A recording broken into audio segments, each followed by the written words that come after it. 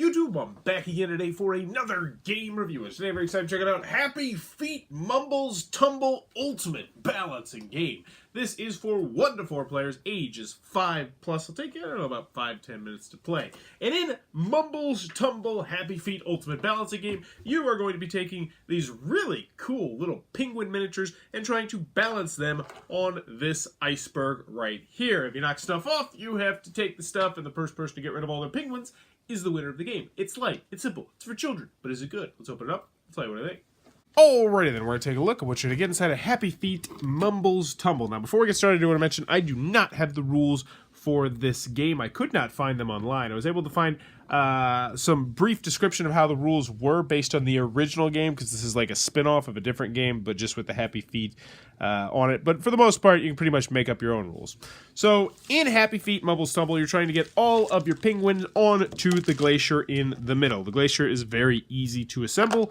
It goes like this. You put the thing on the stuff, and bada boom, you got yourself a glacier. It looks really cool as well. Next, you're going to give each player, I believe, 5 penguins, because there's 20 penguins, 4 players, divided up, we get 5 penguins. Now, that being said, it's kind of odd, because there's 4 different penguin models, and there's 5 of each of those penguins, so not everyone is going to have the exact same penguins, even though you could make it like that as long as you don't have 4 players. But these penguin models, these are really stinking nice. They have different weights. I mean, look at those. Those look like tiny little toys. Those are tiny little toys. The kids in my class really enjoyed playing with these as well. And they each have their own different feel, which is kind of cool. What you're going to do on your turn? Pretty simple. You are going to put a penguin on the glacier and hopefully not knock stuff over. If you do knock stuff over, like I did carelessly, then this goes in front of you. Oh, both these would go in front of you, and the first person to get rid of all their penguins wins the game. Also, you can play the solo version of the game, which is just where you try to put on as many penguins as you can. So you know what? Let's go ahead and do that. Oh my god. 0.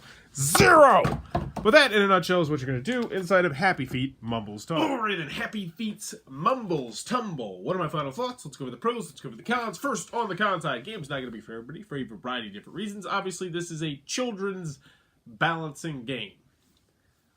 What more do you need to know there? Either that's going to be something you're interested in, or something you're not going to be interested in.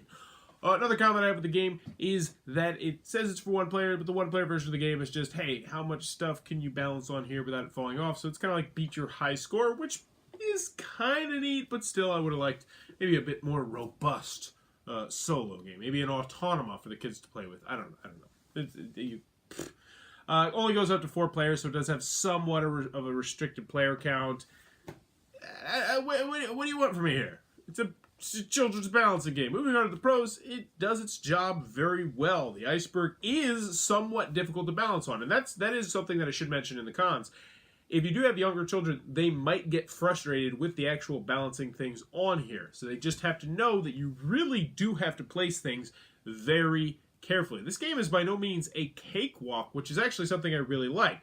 Next, these miniatures are freaking cool. They look like toys that were just straight up ripped out of a package. You know, the kind of toys where they have like the 4-pack of the different penguins from Happy Feet back in the day, I suppose. This actually looks, these toys are fantastic. They're nice little pre-painted miniatures, and they all have a different weight, a different feel, a different mass they take up, and I like that. Also, the little, the iceberg is pretty cool looking. It actually looks like a little iceberg.